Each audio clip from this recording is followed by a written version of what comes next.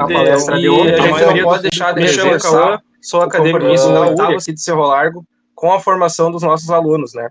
Aproximando o meio acadêmico da sociedade, promovendo debates sobre questões atuais, relevantes e de prestígio. A gente não pode deixar de avisar também que, além da palestra de hoje online, no dia 10 de novembro, com a Laura Valência, procuradora do Ministério Público do Trabalho, que a gente encerrará a nossa semana acadêmica, tá? Também não posso deixar de agradecer aqui a todas as entidades italianas, principalmente a Sociedade Cerro-Larguense da Etnia Italiana aqui de Cerro Largo, a Brasil Itália de Santa Rosa e a Comunità Fratelli d'Italia de Guarani das Missões, que de forma solidária decidiram divulgar a nossa semana acadêmica, principalmente a palestra de hoje, né? E estão aqui presentes. Deixamos o nosso muito obrigado.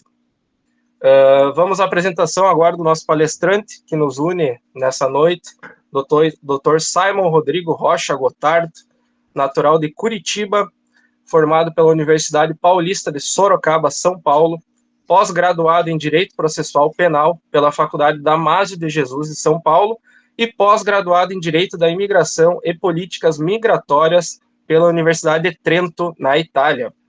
Trabalha como advogado em processos de cidadania desde 2017, a qual é muito especialista.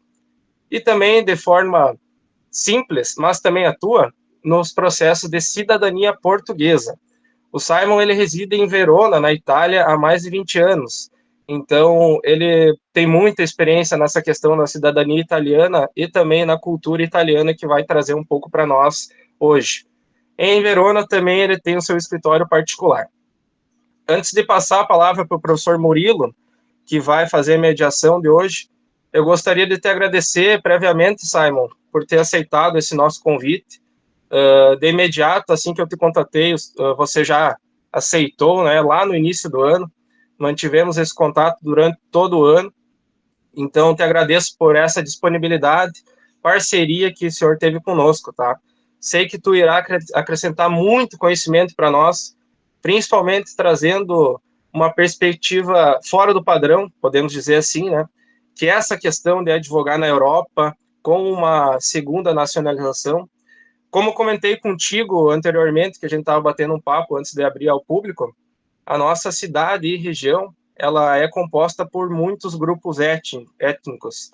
Então, muitos aqui presentes na palestra, com certeza, têm esse direito de ter essa segunda nacionalização, né? Não somente a italiana, como a gente estava comentando antes também, a cidadania alemã, a etnia alemã, a etnia portuguesa, polonesa é muito presente aqui na nossa região. Então, acredito que esse conhecimento que tu tem de advogar na Europa com essa dupla nacionalidade vai ser de muito conhecimento para nós e vai despertar a curiosidade de muitos, tá bom? Então, desde já te agradeço. Passo, então, de imediato a palavra ao professor que irá mediar a palestra hoje, o nosso professor, advogado Murilo Manzoni Boff. Muito obrigado. Boa noite a todos, né, que estão presentes no YouTube hoje, né, tendo a honra da participação online, né, nessa grande semana acadêmica. Então, primeiramente, eu, né, agradeço ao convite da turma do 8º semestre, né, esse grande convite de poder hoje mediar essa palestra, né, esse tema tão interessante, né, tão relevante, né, e desde já, né, desde o início, né, eu parabenizo, né, excepcionalmente a turma do 8º semestre pela organização dessa semana acadêmica, né, pela escolha de temas extremamente relevantes, temas que são urgentes, inclusive, né, para a nossa sociedade, e são temas que agregam, né, de uma forma muito ampla a formação de todos vocês e também todos, né, do âmbito jurídico, sejam os estudantes, sejam, né, os egressos, né, juristas da área. Então são temas realmente, né, muito interessantes, né, e parabenizo, né, de uma forma muito grande, né, a turma do 8º semestre por esse evento, né, por essa semana acadêmica, né, esses temas, enfim, né, não menos importante, né, meus cumprimentos ao nosso convidado, então, o Dr. Simon, que hoje vem agregar e vem falar de um assunto tão interessante, né, vem agregar conhecimento, né, falando sobre nacionalidade, falando sobre né, o direito internacional, sobre a advocacia, né, Dr. Simon, né, mora em outro país, né, reside na Itália. Então, é um assunto extremamente interessante, né, um assunto que vem agregar, né, a busca pela nacionalidade, né, cidadania italiana ou até de outros, né, outras etnias, é algo que interessa, né, a todos nós, especialmente aqui na nossa região, né, em que residimos, em que temos muitos descendentes, né? Então, Dr. Simon, seja muito bem-vindo à nossa universidade, ao nosso curso de Direito. Né? Sempre é uma grande honra, né, nós termos a presença de profissionais tão capacitados e que fazem um relevante trabalho no âmbito jurídico e também, né, que prestam esse serviço à comunidade. Então, sem mais delongas, Dr. Simon, seja muito bem-vindo e passo a palavra ao senhor, né, e desejo uma excelente palestra hoje para todos nós. Professor Murilo, muitíssimo obrigado. Vânio, Tonin, Cauã, muitíssimo obrigado por essa oportunidade. Eu fico muito feliz quando eu posso falar sobre esse argumento. A gente já vem fazendo palestras pelo Brasil desde 2022, presenciais, né? A primeira vez que eu faço online, sem estar vendo a maioria das pessoas que estão me assistindo, mas da mesma forma é um prazer, eu agradeço muito pelo convite. Espero que eu possa passar algum conhecimento novo para vocês, eu espero que eu possa abrir a mente de vocês de alguma forma. Espero que talvez eu possa até emocionar vocês com algumas partes daquilo que eu vou contar aqui. Eu sei que a cidade de vocês... A minha pesquisa não foi tão boa como a do Cauã, né? O Cauã já me disse, olha, 90% de alemães e tem um pouco de italianos. A pesquisa que eu fiz é que a gente tinha uns 75% de alemães, uns 15% de italianos, mas eu vejo que a comunidade italiana é bastante forte do mesmo jeito. Então, a gente vai falar principalmente sobre a cidadania italiana, sobre a história da imigração italiana no Brasil, e a gente vai tocar alguns pontos sobre a cidadania portuguesa, a cidadania alemã. Depois eu vou concluir explicando para vocês um pouquinho como é que funciona a questão de quem pretende advogar na Itália e na Europa em modo geral, que vai estar sempre ligada, na maioria das vezes, à questão de uma dupla nacionalidade. Vou tentar não me estender demais.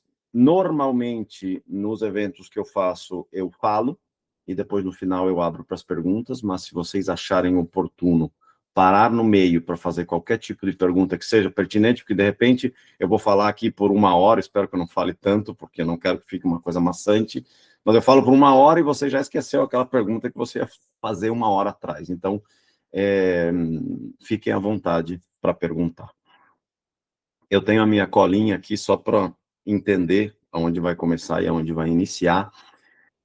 Então, eu vou começar fazendo uma introdução sobre a história da imigração italiana no Brasil e um pouco como é que se deu a história da imigração também alemã, que começou um pouquinho antes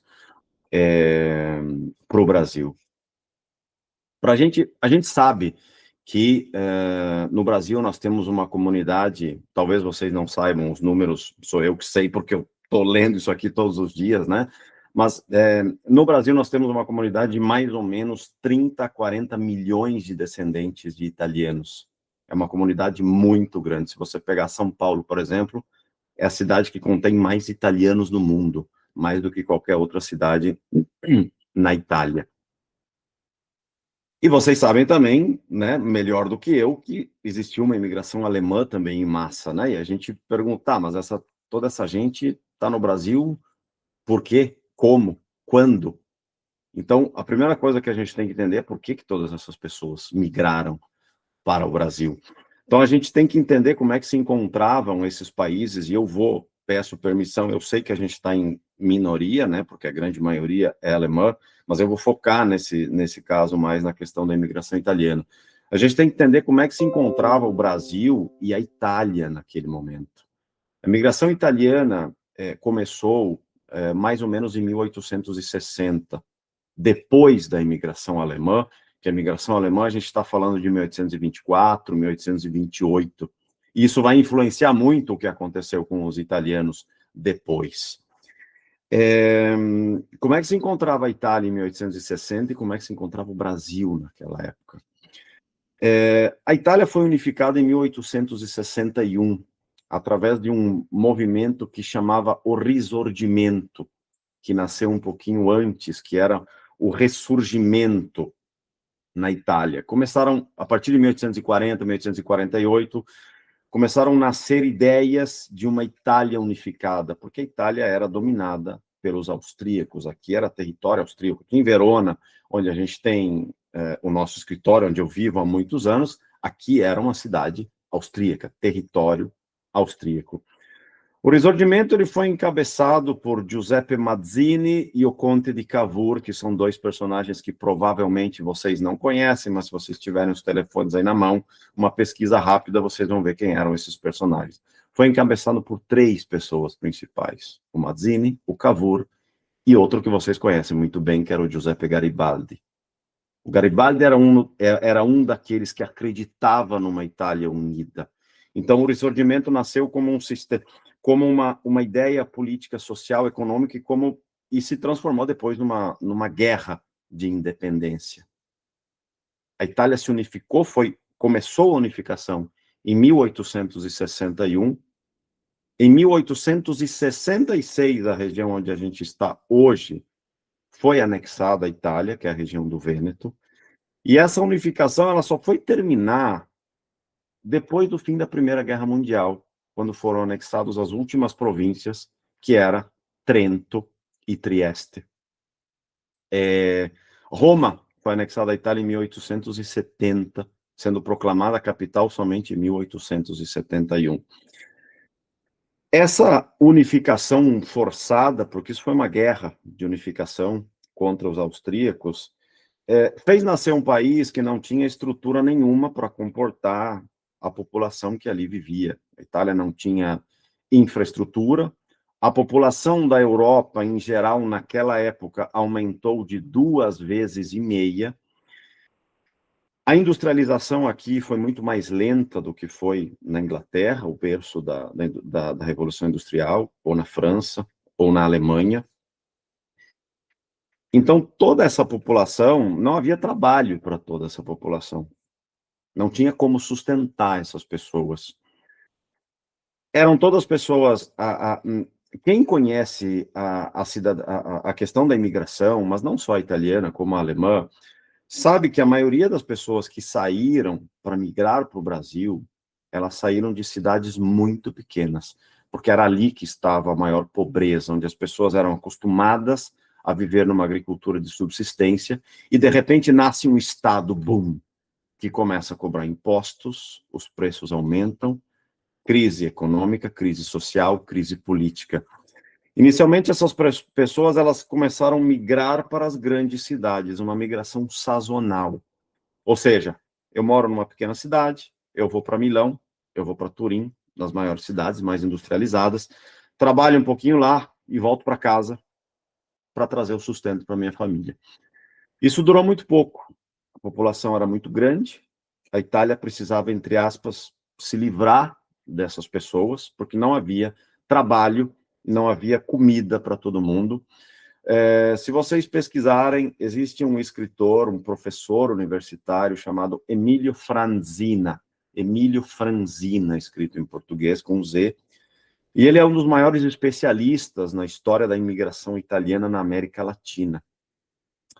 E ele dizia que em 1860, na região do Vêneto, onde a gente vive aqui, era extremamente normal morrer de fome. Era uma coisa corriqueira. A carne era uma utopia que ninguém via e se vivia de polenta, de pão e coisas muito simples. Como eu disse, a Itália precisava, entre aspas, se livrar dessas pessoas. E aí a gente vai para o Brasil. O Brasil, em 1860, 1870, 1880, estava naquele período onde a escravidão estava para ser abolida. Como a gente sabe, o Brasil foi o último país a abolir a escravidão.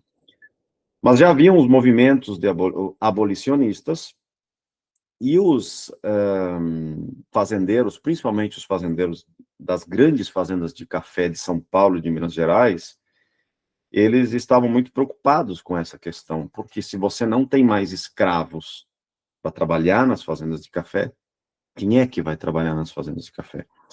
E por outro lado, já havia iniciado um outro movimento que se iniciou com os alemães, que era povoar as enormes terras do sul do Brasil. Porque qual era a necessidade do sul do Brasil? O Estado brasileiro queria ter pessoas ali, porque precisava ter pessoas nas fronteiras para evitar que a Argentina, que o Uruguai pudessem invadir, por exemplo. E também havia um plano que hoje é pesado a gente dizer, mas essa é a verdade, do Estado brasileiro para embranquecer a população. Naquela época, naqueles anos, no século XIX, as teorias eugenistas, aquelas que diziam que uma raça era superior à outra, que o branco era superior ao negro, elas estavam muito na moda. E o Estado brasileiro, os governantes, as pessoas mais influentes, acreditavam que o Brasil jamais seria um país desenvolvido, porque ele era composto principalmente por pardos e negros. E isso era um problema. O que é que a gente faz? A gente tem que embranquecer essas pessoas. O primeiro plano foram os alemães. O alemão era famoso por ser um grande trabalhador, e o alemão era branquíssimo, né? Eles pensaram, bom, vamos trazer essa gente para cá. A Alemanha também se encontrava em uma grande crise, e chegou a primeira leva. Oficialmente, a gente está falando de 1824, mas já em 1818 já havia iniciado essa imigração alemã, que começou a criar pequenas colônias no sul do Brasil. Sei lá, eu posso citar a mais famosa, que é Blumenau, que todo mundo já ouviu falar. Só que os alemães, na época, eu não sei como é hoje, mas na época eles geraram um problema, porque o alemão ele não se misturava à população local. Porque o que o governo brasileiro queria? Bom, nós temos que trazer gente branca aqui para se misturar com os outros, porque nós vamos criar uma comunidade trabalhadora branca. E os alemães ficaram fechados naquela pequena comunidade. Bom, isso é um problema. Já virou um perigo. E aí é que pensaram nos italianos. A Itália se encontrava em extrema crise, como eu falei. E o italiano, ele era branco, católico e trabalhador da terra, porque a Itália era um país basicamente rural naquela época. Isso era o sonho para o governo brasileiro, que queria embranquecer, queria uma sociedade católica e queria trabalhadores. E aí é que começou toda essa história. Começou a se criar um mito no Brasil, na Itália, né? No Brasil, se mandou esse mito para a Itália, e ali a gente chamaria hoje de fake news, né? Porque a imigração italiana no Brasil, ela foi, eu não sei se a maior, mas uma das maiores fake news da história para os italianos. Porque, basicamente, começou a se contar a história que no Brasil era tudo maravilhoso. Na verdade, começou um pouquinho antes na Argentina, e a história é muito parecida. O Brasil foi um pouco depois. Mas começou a se contar a história que no Brasil era tudo maravilhoso. Vamos para o Brasil, lá tem terra, lá tem trabalho, é um lugar maravilhoso, e ali a gente vai tentar uma nova vida, visto que aqui a gente está morrendo de fome. O italiano não era fácil de ludibriar e se aventurar, né? Mas começou porque a gente pensa que quem migrava inicialmente era aquelas pessoas pobres que estavam passando fome. Sim, em um certo momento foi isso. Mas inicialmente, quem começou a migrar eram os pequenos proprietários de terra do norte da Itália. Aqueles que tinham alguma coisa e pensaram, bom, se lá a gente vai ganhar bastante dinheiro, eu vou lá vou passar uns anos, vou ganhar uma grana, e aí eu volto para a Itália. Só que era muito pouca gente. O Brasil precisava de muitas pessoas. Para vocês terem uma ideia, entre 1860 e 1920 entraram mais ou menos 1,5 milhão de italianos no Brasil, o que era muita coisa para a época. Pois bem, começou a migração desses pequenos proprietários de terra, mas o italiano, ele, como eu disse, ele não tinha muita coragem de atravessar o oceano e migrar. Então, lá começavam as campanhas de ludibriar as pessoas e contar a história. No Brasil foram criadas agências de imigração. Inicialmente, as viagens eram subsidiadas pelo governo brasileiro. Criaram-se essas agências que mandavam seus agentes para a Itália, para cá.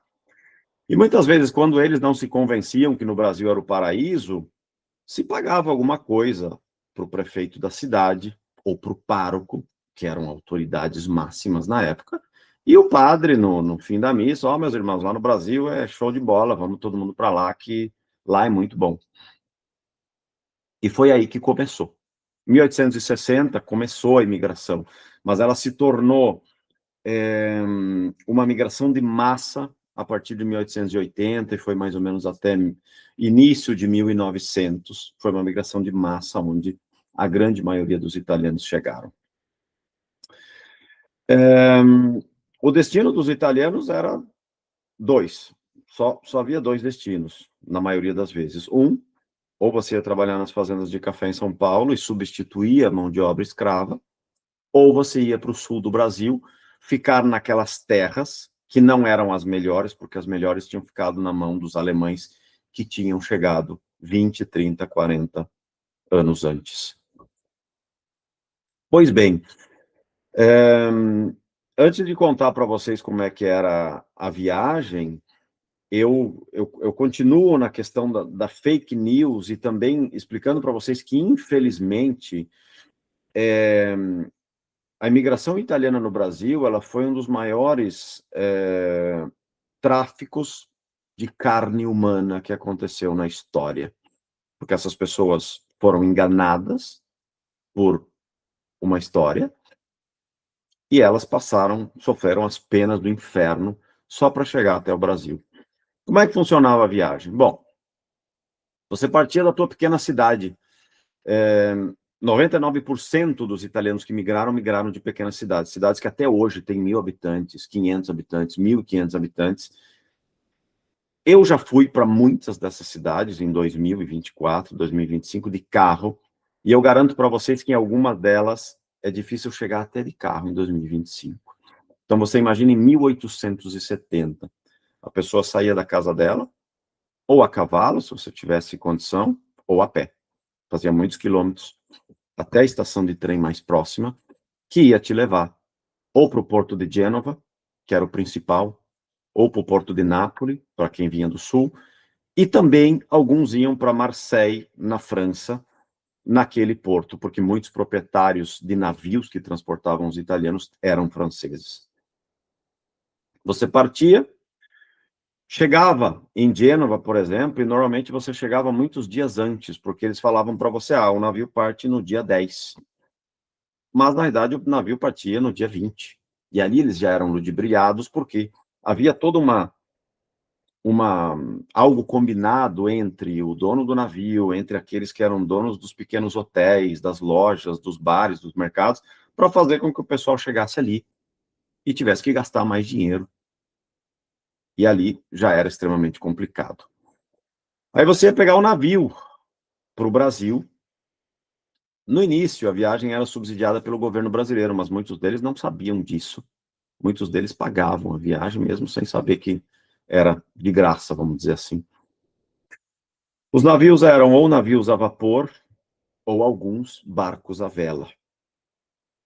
Em barcos, navios, onde cabiam 300 pessoas, normalmente eram colocadas 800 ou mais pessoas. Uma viagem que durava entre 25 e 35 dias. No mar, em 800 pessoas, num navio que cabia 300, às vezes até em navios menores, e às vezes até em mais pessoas. Morrer na viagem era algo extremamente normal.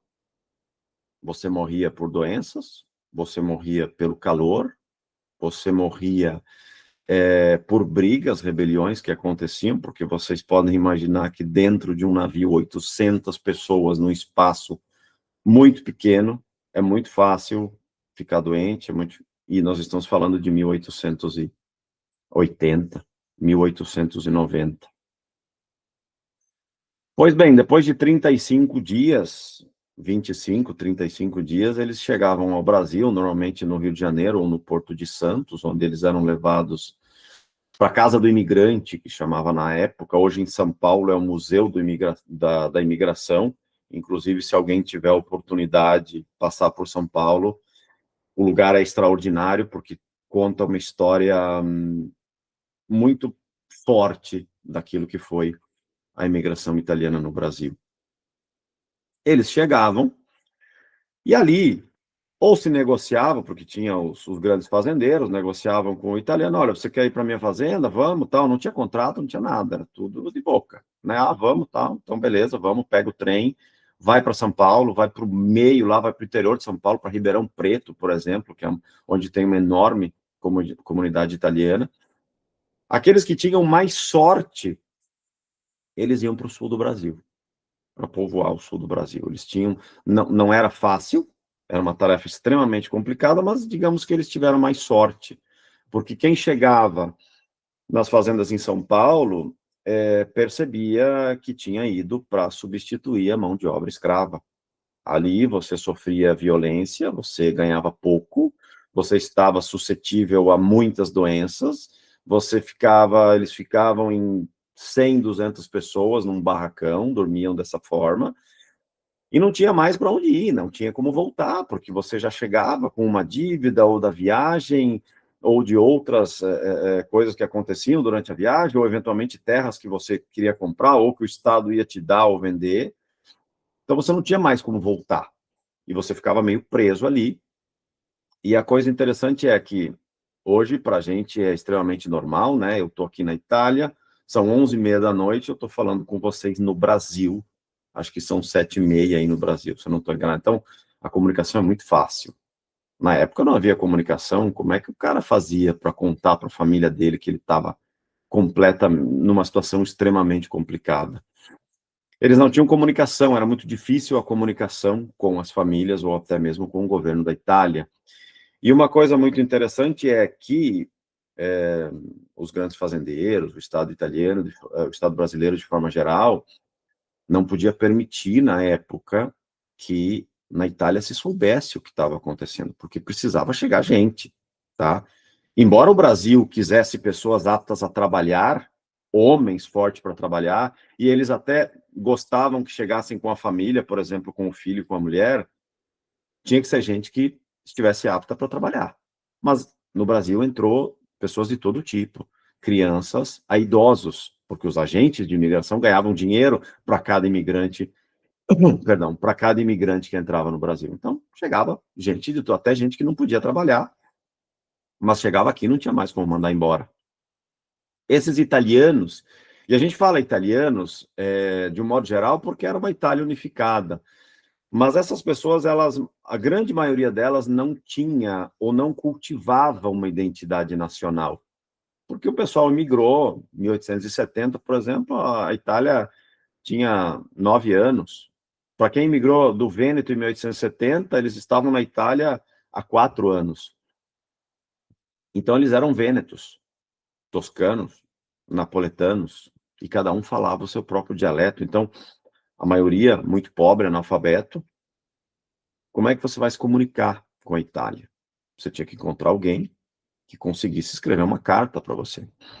E essa carta, ela era entregue na mão do patrão da fazenda que ia levar para o correio para depois ser mandada para a Itália. Mas a grande maioria dessas cartas eram lidas e aquelas que estavam falando mal da Itália rasgava, jogava fora e nunca chegava na Itália. Porque não se podia saber o que estava acontecendo. E ali se encontravam presos, quase como escravos, esses italianos. Como eu disse, quem teve um pouco mais de sorte foi para o sul do Brasil. Foi colonizar as terras que estavam inabitadas, né? Não habitadas. Infelizmente, hoje a gente tem que dizer isso, mas as terras eram habitadas. Existiam indígenas, mas para o Estado, indígena não era gente, né? A exemplo do que aconteceu nos Estados Unidos com a corrida para o oeste. Se tem um indígena, é uma terra livre. Então nós vamos lá e vamos colonizar. Esses italianos foram para o sul, ficaram com as terras de mais difícil acesso, porque, como eu disse, os alemães, como vocês sabem, haviam chegado muito antes e tinham ficado com a maioria das terras melhores, né? Tinham chegado 30 anos antes, 40 anos antes. E, basicamente, eles eram levados a pé por 40, 50 quilômetros, ganhavam algumas ferramentas no meio do mato e algum funcionário do governo dizia, olha, agora é com vocês, gente, se virem, e é isso aí. Muitas pessoas se desesperaram, muitas pessoas morreram, muitos não conseguiram voltar para a Itália, a maioria não voltou, né? Embora, obviamente, o italiano prosperou no Brasil inteiro. O italiano, assim como o alemão, diante de todas as dificuldades, prosperaram, mas foi uma história feita com muito sangue, muito suor, muito sofrimento, muitas mentiras. Foi extremamente complicado. Eu vou encerrar essa pequena parte, que é uma coisa que eu normalmente faço nas palestras, para vocês entenderem a magnitude daquilo que eu estou falando. Eu tenho um livro aqui que é do... não sei se dá para ver, não sei se vai dar, mas enfim. Esse livro chama América América, é do Emílio Franzina, não sei se vocês vão encontrar ele no Brasil. Mas é um livro onde temos aqui dezenas e dezenas de cartas dos imigrantes italianos, aquelas que chegaram à Itália naqueles anos entre 1876 e 1902. Eu queria ler duas dessas cartas para vocês entenderem a magnitude daquilo que eu estou falando. Uma é de um imigrante que foi para o sul de Santa Catarina, e uma de um imigrante que foi para uma fazenda de café no interior de São Paulo. Eu adaptei, porque obviamente essas cartas elas estão escritas em dialeto vêneto, belunese, então eu adaptei um pouquinho para o português, mas o significado é basicamente esse. Eu vou ler essas cartas para vocês. Vamos começar com o imigrante que foi para a fazenda de café em São Paulo. Santa Teresa, 9 de março de 1889. Ele chamava Borto Rosolém, de uma cidadezinha aqui perto que chama Pieve di Soligo. E ele conta mais ou menos isso. Excelentíssimo Padrone. O Padrone era aquele que era o chefe dele quando ele morava na Itália, antes dele ter emigrado. Excelentíssimo Padrone, Dr. Ferdinando Chisini. Após um longo silêncio, agora lhe dou minhas notícias, consigo lhe dar minhas notícias. Com grande dor, devo manifestar-lhe uma espantosa desgraça. Começarei por lhe contar algo da viagem, que foi muito pesada, tanto que posso dizer que não desejaria tais tribulações, nem mesmo ao meu cão que deixei na Itália. A viagem foi muito pesada, primeiro porque nos deparamos com uma grande tempestade durante 4 dias. E depois, por estarmos demasiadamente apertados no navio, e nos últimos dias termos sofrido um calor terrível. Finalmente, após 26 dias de viagem, desembarcamos em Santos, onde esperávamos dar um alívio ao nosso suplício, quem sabe ouvir boas notícias. Porém, ao conversar com os italianos que tinham chegado antes de nós, as notícias não eram nada boas. Tais notícias faziam com que aumentasse o nosso desespero. Porém, logo embarcamos num trem especial e em cerca de 4 horas chegamos a São Paulo, a chamada Casa da Migração, ele escreve. E neste local, o nosso desespero somente cresceu. Primeiro porque víamos uma grande multidão de pessoas e por ficarmos sabendo que a mortalidade entre as crianças era enorme. Não só isso, mas quando começou a cair a noite, observando todas as crianças e as famílias inteiras cansadas da viagem, que dormiam deitadas sobre mesas cercadas por mais de 10.000 pessoas. Eu não conseguia descansar, pois ouvia uma mulher a chorar num lado da sala, um homem do outro, e observando meus filhos, não conseguia parar de pensar que eu era o culpado por ter os feito passar por tantas tribulações. Digo-lhe a verdade, caro Padrone, não consegui conter as lágrimas durante a noite, e assim passou o primeiro dia na América, o meu primeiro dia na América. Finalmente, após 4 dias, partimos de São Paulo para o nosso destino, Santa Teresa, e chegando ao local descobrimos que as nossas habitações ainda não estavam preparadas e tivemos que nos abrigar numa pequena casa com 138 pessoas. Não só isso, mas vendo os italianos que viviam nesta fazenda há cerca de 5 meses e os seus pequenos filhos com os pés e pernas arruinados pelos bici, ele usa essa palavra que é um dialeto vêneto para bichos, e ele está falando dos bichos de pé. As crianças não conseguiam nem ficar em pé. Digo a verdade, caro padrone. Tal visão me fez cair num pranto e escapei para longe por um longo tempo. E não teria tido a coragem de voltar se meu pai não tivesse vindo à minha procura e me conduzido junto aos meus filhos. Somente conseguia pensar no fato que os havia trazido a passar por tantos problemas. Após poucos dias, adoeceram todos os meus filhos, e também muitas mulheres que viviam aqui ficaram doentes. Nós, que tínhamos trazido 11 filhos para a América, agora restamos com 5. Todos os outros morreram. Deixo a vós considerar qual foi o nosso desespero, pois se eu tivesse o poder, não teria ficado na América nem mesmo por uma hora. E esperando que Deus me mantenha em vida e em saúde, para que em breve eu possa levar meus filhos de volta para a Itália. E no que depender de mim, nenhum outro italiano virá para a América, pois eu desejaria antes a morte do que ter feito essa viagem. Em relação ao lugar, seria um lugar bonito, se ao menos tivéssemos sacerdotes e médicos, e se encontrasse tudo o que precisamos para viver como temos na Itália. Pois aqui quem tem saúde e vontade de trabalhar pode ganhar bastante dinheiro e tem condições discretas de vida. Se trabalhar por 2 anos, se ganha bastante dinheiro, porém, se você ficar doente por 10 dias, tudo que ganhou será perdido, pois os médicos são extremamente caros. Por hora termino esta carta pedindo que o senhor e sua família rezem por nós e espero vê-lo no mais breve tempo possível na Itália. Adeus do seu desaventurado servo. E essa é uma carta que eu sei que ela é um pouco pesada, mas para vocês entenderem o que aconteceu com a grande maioria dos italianos que foram para as fazendas de café. Agora eu vou tentar ser mais rápido, eu vou ler a outra, que é do imigrante que foi para o sul do Brasil. Esse é um imigrante anônimo, só diz que ele era de Feltre, na província de Belluno, aqui no extremo norte da Itália. 1878. Chegamos em Desterro no dia 2 de maio de 1878, depois de 29 dias de viagem. Aqui nos colocaram por alguns dias na casa de imigração e depois nos levaram de barco para a cidade de Laguna.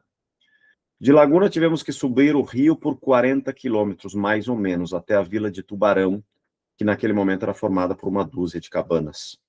As embarcações onde nos amassaram, totalmente descobertas, sob o sol escaldante, eram movidas somente pelos nossos braços. A partir de Tubarão começou o nosso calvário, para chegar aos lotes que nos tinham reservado 50 quilômetros dali. Levamos 3 dias a pé. Nenhuma estrada, carroças ou cavalos. Se caminha a pé, cada um seguido pela própria família, com as trouxas e bagagens nas costas, tentando da melhor forma abrir caminho na mata fechada. O sutil caminho feito antes pela administração do local não facilitava a caminhada. Pelo contrário, criava mais problemas. De todas as partes, espinhos, pântanos, poças d'água. Com foices, tentávamos abrir caminho e a caminhada era lenta, tormentada por mosquitos, dos quais a picada é realmente irritante. Os mosquitos que estavam ao nosso entorno eram milhares. À noite, tentávamos dormir em barracas cobertas por folhas. Depois de 3 dias de sofrimento, chegamos ao destino. Naquele momento se abria o nosso coração com a esperança de dias melhores em que encontraríamos um campo para cultivar e animais. Ao invés disso, nada, maiúsculo. Nos amontoaram num grande barracão e nos disseram: agora é com vocês. Vocês têm os utensílios e a comida. Amanhã serão designados os vossos lotes. Nossos lotes? Não víamos nada além de céu e mata. E nunca tínhamos nos sentido tão sozinhos e abandonados como naquele momento. Muitos choravam, queriam voltar para casa. Porém, depois de um tempo, tiveram que aceitar o destino. E essa é outra carta bastante pesada, Algumas são legais, mas eu devo dizer que a grande maioria das cartas retratam sempre a mesma coisa, para vocês entenderem como é que foi essa história. Eu vou fechar essa parte introdutória e agora eu vou entrar um pouco na questão do direito, para vocês entenderem de forma muito sutil quais foram as leis que permitiram a passagem do direito à cidadania italiana dessas pessoas para aqueles que vivem no Brasil ainda hoje. Vamos falar um pouco sobre a reforma da lei, para depois entrar sobre a questão do trabalho na Itália e das possibilidades. Então, assim, a gente já entendeu de onde que vieram todos esses imigrantes e por quê, né? Tanto aqueles da Alemanha vieram também porque o Brasil queria embranquecer a população, porque a Alemanha também tinha passado por um processo de unificação, e as pessoas foram para o Brasil para tentar uma vida melhor. Depois, esse direito de sangue que perpetua até hoje na Itália, e também na maioria dos nos outros países, na Alemanha, em Portugal, na Espanha, ele foi traduzido em leis com o tempo.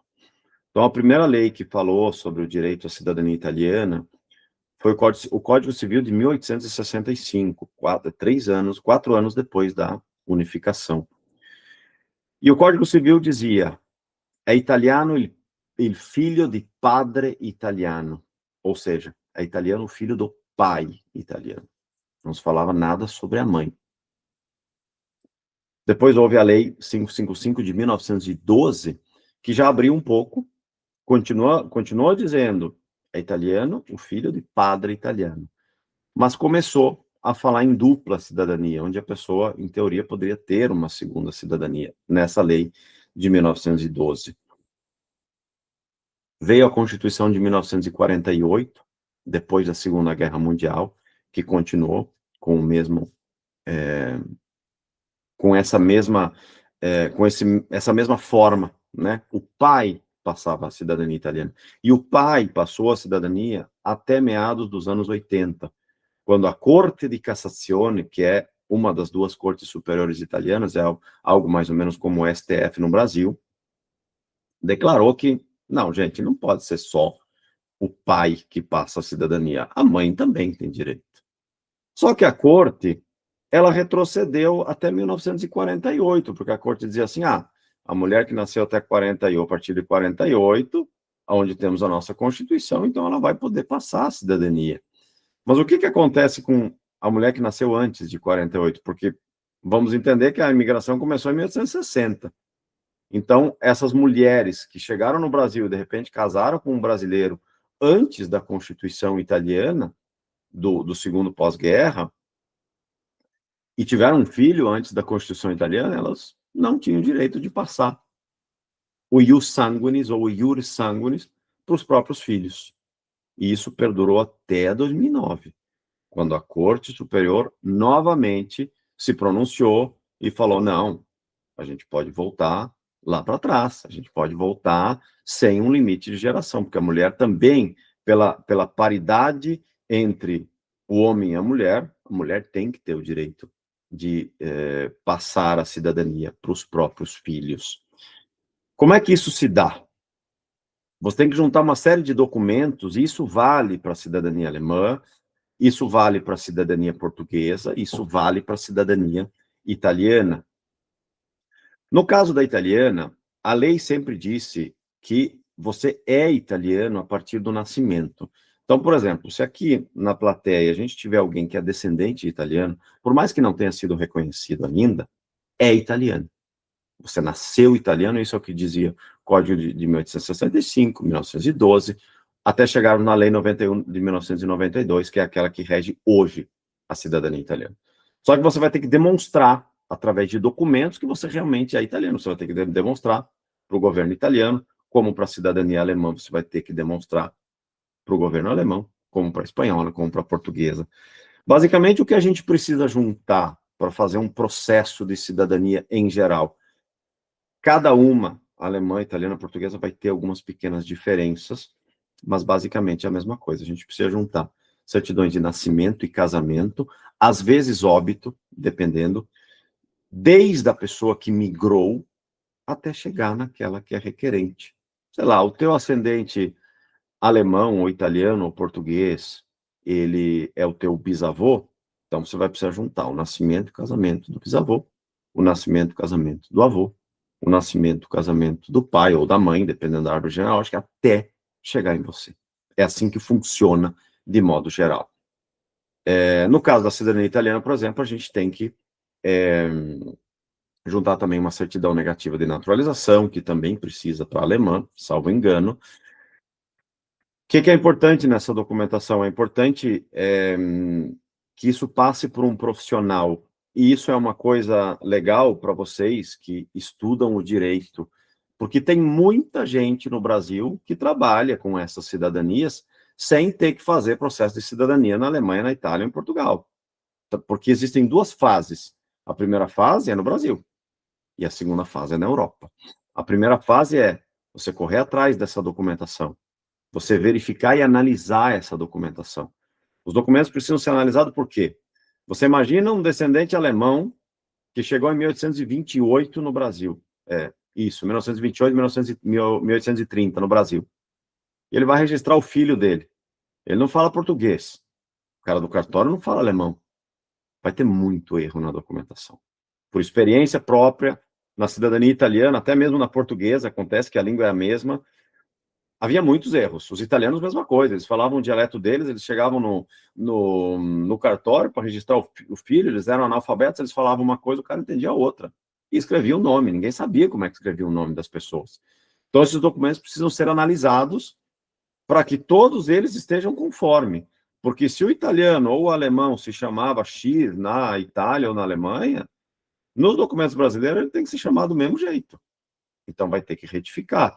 É aí que entra o advogado. Eu tenho muitos parceiros no Brasil, por exemplo, que fazem esse tipo de trabalho. Quando a retificação é simples, no caso da italiana, muda uma letra. Sei lá, meu sobrenome, por exemplo, Gotardo, com 2 T's, quando o meu bisnono, trinono foi para o Brasil, virou com 1 T, porque, obviamente, o cara do cartório não sabia que tinha que colocar 2 T's. No Brasil, nós temos 2 R, 2 S, acabou. Aqui nós temos 2 T, 2 M's, quase todas as letras têm duplas, né? R, M, T e assim por diante. Então, no Brasil, você que é advogado, você pode, falar com o cartório, se for um erro muito pequeno, e você pede para o cartório, ele corrige administrativamente. Que a pessoa não precisa nem do advogado, se ela souber que isso pode ser feito. Agora, quando a gente fala de erros mais grosseiros, ou erros em que muda muito o documento, vocês imaginem a língua alemã, como é que deve ter saído certos nomes que saíram da Alemanha e depois foram registrar filhos e netos no Brasil. Na cidadania italiana mesmo, os nomes mudavam muitos, e quando você chegar com um erro tão grave, ou um erro onde muda uma data de nascimento, um local de nascimento, o cartório, na maioria das vezes, não vai aceitar fazer esta retificação. E aí entra o advogado, que vai fazer um processo judicial para a retificação da documentação. Isso é uma coisa que muitos advogados, principalmente no sul do Brasil e em São Paulo, onde existe uma grande imigração, fazem. Você tem o teu cliente, você aprende a fazer o processo de retificação, que é um processo bastante simples, é um processo que você tem que apresentar provas documentais e nada mais, e aí sim, você retifica toda essa documentação, vai ter que emitir todos esses documentos de novo, vai ter que traduzir por um tradutor juramentado, ou alemão, ou italiano, o único que não precisa é o português, porque a língua é a mesma, e vai ter que apostilar essa documentação. O apostilamento, ele é uma legalização que você faz em cartório para fazer com que dos países que são signatários da Convenção de Haia, na Holanda, então, para que um documento seja válido num outro país, signatário dessa convenção, tem que ter o apostilamento. Mas o importante, o documento que é produzido no Brasil, ele só pode ser apostilado no Brasil. O documento que é produzido na Itália, só na Itália, na Alemanha, só na Alemanha. Para a cidadania italiana, antes da recente reforma que a gente vai falar daqui a pouco, é um pouco mais simples, porque você junta a documentação, corrige, você entra com um processo, você podia fazer administrativamente no consulado, como você faz a alemã, ou você poderia fazer judicialmente, porque as filas nos consulados italianos, elas passam de 10 anos. Os consulados alemães eu não sei, eu não creio que tenha uma demanda tão grande como a italiana, mas você não conseguia fazer pelo consulado, então você apela para o judiciário. Na questão da cidadania alemã, tem um pequeno problema, porque como a imigração ela foi muito antiga, e ela começou muito antes, era obrigatório, até 1904, depois de 1904 não tem mais esse problema, mas antes, até 1904, era obrigatório que o cidadão alemão e os seus filhos mantivessem o registro consular atualizado. Então, o alemão que migrou, ele tinha que ir lá no consulado, falar, olha, eu moro aqui, meu endereço é esse, meus documentos são esses. Alguns fizeram, muitos fizeram, outros não. Então, a Alemanha cortou o direito à cidadania de muitas dessas pessoas, porque se você não conseguir comprovar se o teu ancestral estava no Brasil, chegou no Brasil antes de 1904, se você não conseguir comprovar que ele manteve o registro consular dele, você já não tem mais possibilidade de conseguir o reconhecimento da cidadania alemã, coisa que na italiana não existe. Na questão da cidadania italiana, a gente chega na Lei 91 de 1992, onde todos os problemas em relação à mulher que passa a cidadania já estavam resolvidos. Na verdade, na lei não fala que a mulher antes de 1848 também passa a cidadania para os filhos, mas a corte decidiu, então meio que virou praxe, embora somente judicialmente fosse reconhecido nesse caso. Mas a Lei 91 de 1992 já deixavam muitas coisas modernas muito claras. Então, o direito de sangue, ele perdura desde o início da imigração até hoje. Nunca houve um limite de gerações, e o reconhecimento se dava de forma mais ou menos fácil, entre aspas, porque é muito demorado. Se você for no Brasil, fila de 10 anos no consulado, aí você não vai querer esperar, você vai entrar num processo judicial que dura mais ou menos 2 anos e meio. Antigamente, os processos iam somente para Roma, que era o único tribunal competente, e Roma trabalhava muito bem. Em 2 anos, eu sei que é um tempo meio longo, mas em 2 anos os processos normalmente terminavam, os juízes eram muito preparados, mas cerca de 3 anos atrás a competência mudou, e a competência hoje é da região, da capital da região onde nasceu o italiano. Então, por exemplo, aqui, se o nosso italiano nasceu em Verona, vai ter que ir para Veneza, que é a região do Vêneto toda, né? Veneza, os processos do Vêneto todo, que é a província de Verona, Vicenza, Padova, Belluno e Veneza, todos esses vão para lá. Então, é um tribunal que está extremamente lotado de processos, porque se vocês forem pensar que 30% dos italianos que foram para o Brasil eram aqui da região do Vêneto, e aí no sul, eu acho que 90% dos descendentes italianos são vênetos, são todas da região aqui, Padova, Vicenza, Belluno, e assim por diante. Então, o processo é meio longo, termina o processo, a gente pega a documentação e manda para a cidade onde nasceu o italiano, para que sejam feitas as transcrições do nascimento. O direito da cidadania italiana, como alemã, como portuguesa, é um direito de sangue desde o nascimento. Então, ele retroage ao dia do teu nascimento. Você vai ter uma certidão de nascimento nova, exatamente como a brasileira, com os mesmos dados. E aí, com essa certidão, é que você vai poder emitir passaporte, carteira de identidade e tudo mais, tá? Mas o mais importante nós temos que primeiro entender quem é o italiano, quem é o alemão, quem é o português. Então, para isso, a gente precisa de um pesquisador genealógico. Tem muita gente que consegue fazer a pesquisa também sozinha. Tem sites para tudo quanto é lado hoje na internet, onde você consegue pesquisar a tua árvore genealógica. Juntar essa documentação tem que ser sempre analisada por alguém que sabe o que está fazendo, corrigida, correta. E isso é um trabalho que quem trabalha com o direito pode fazer no Brasil, analisa, corrige, emite, apostila, fala com o tradutor, traduz e manda a pasta aqui para a Itália ou para a Alemanha. Na verdade, na Alemanha, eu não sei se existem os processos judiciais de reconhecimento, porque a Alemanha ela é mais restrita, ou ela era mais restrita em relação à Itália, porque hoje a Itália ficou mais restrita. Talvez na Alemanha seja mais simples você fazer pelo consulado. De qualquer forma, eu não vou conseguir entrar especificamente nas cidadanias alemã, espanhola, porque não é a minha especialidade. Porém, eu deixo para vocês, para o professor Murilo, para o Cauã, se quiserem passar o meu contato, para quem tiver eventualmente dúvidas em relação a essas cidadanias, porque eu sei que em Cerro Largo tem uma descendência alemã muito forte, pode entrar em contato comigo, porque eu conheço muitas pessoas que trabalham com cidadania alemã, espanhola, em geral, e de outras, polonesa. Então, vocês podem ficar totalmente à vontade, entrar em contato comigo sem compromisso nenhum, que eu passo para vocês os contatos daquelas pessoas que podem ajudar naquela cidadania específica que vocês possam achar oportuno. Eu vou entrar um pouco agora naquele quesito que a gente ia falar um pouquinho sobre a questão do trabalhar na Itália, do advogar na Itália, como é que funciona, como é que vocês podem conhecer, como é que vocês podem pensar nisso para o futuro.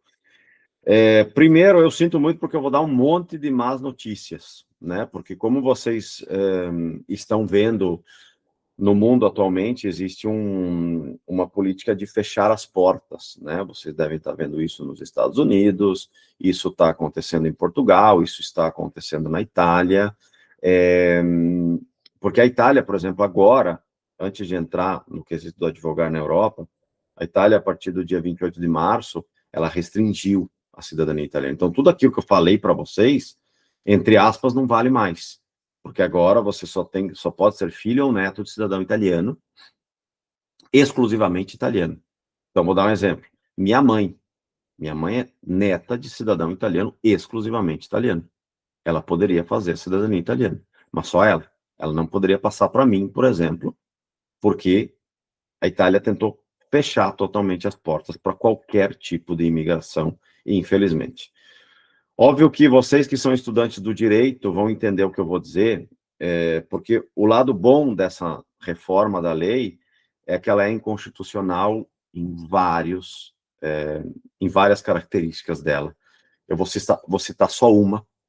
Eles criaram uma lei retroativa que retirou direitos adquiridos, que é uma coisa que, via de regra, no direito não se pode fazer. Se vocês prestaram atenção no que eu falei uns 10, 15 minutos atrás, eu disse que quem é descendente é italiano porque nasceu, não porque está pleiteando um direito, porque se inscreveu no consulado, porque está fazendo um processo. Você nasceu. Se você nasceu antes do dia 28 de março, todas as leis anteriores dizem que você nasceu italiano. O governo atual criou uma lei que retroage para retirar o direito de 99% das pessoas que teriam esse direito. Então, o que eu falei para vocês, tudo que eu falei talvez não vale, entre aspas, porque nós estamos brigando nas cortes superiores, nós temos a Corte Constitucional aqui na Itália, que vai se pronunciar o ano que vem, nós temos processos em andamento que subiram para a Corte Constitucional, onde a gente questiona a retroatividade da lei, entre outras coisas, mas o mais grave é a retroatividade da lei. Para vocês terem uma ideia, na Itália, leis que retiraram direitos adquiridos, elas existiram na época do Benito Mussolini, eu acredito que vocês saibam quem é.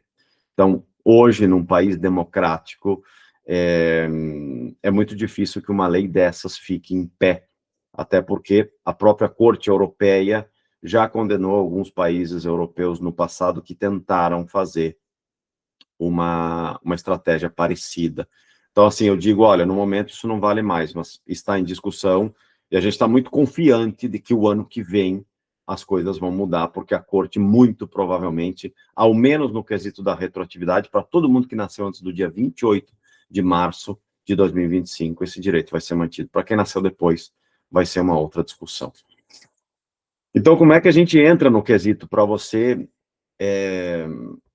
morar, advogar na Europa, por exemplo? A gente tinha algo extremamente legal que acontecia em Portugal até alguns anos atrás, e essa é uma notícia péssima.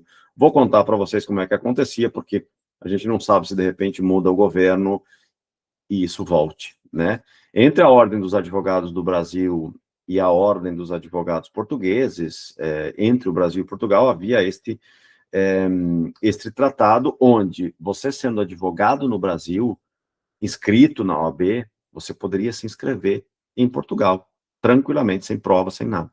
E você, sendo advogado português, você poderia se inscrever na Ordem Brasileira. E foi essa forma que eu achei de estudar na Itália.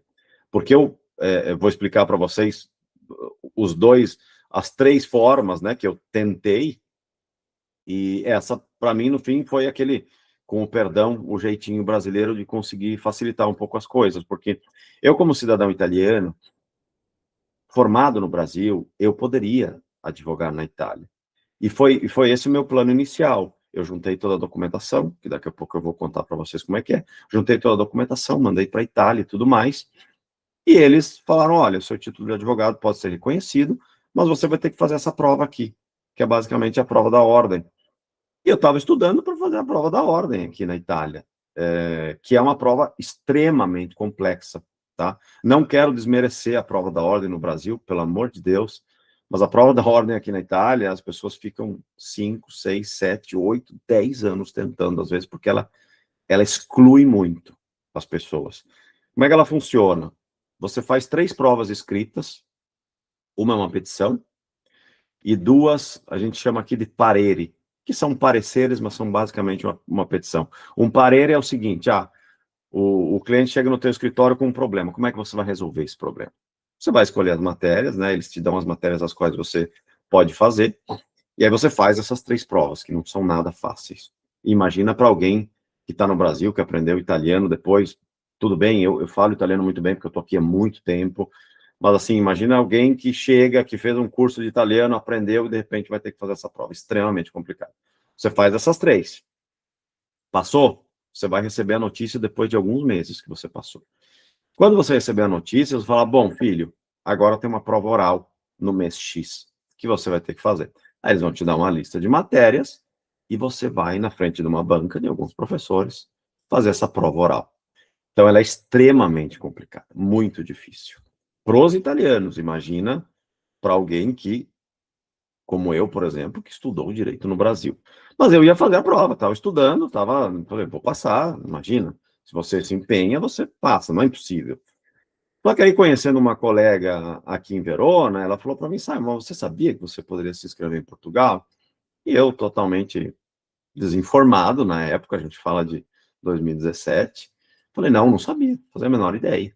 E aí eu fui me informar, fui para Portugal, consegui o domicílio com um advogado de lá e fiz a inscrição, e foi assim que eu comecei a advogar na Itália. Eu poderia advogar em qualquer país da União Europeia, com a condição que nos primeiros 3 anos, um advogado italiano assinasse as petições comigo. E foi isso que eu fiz.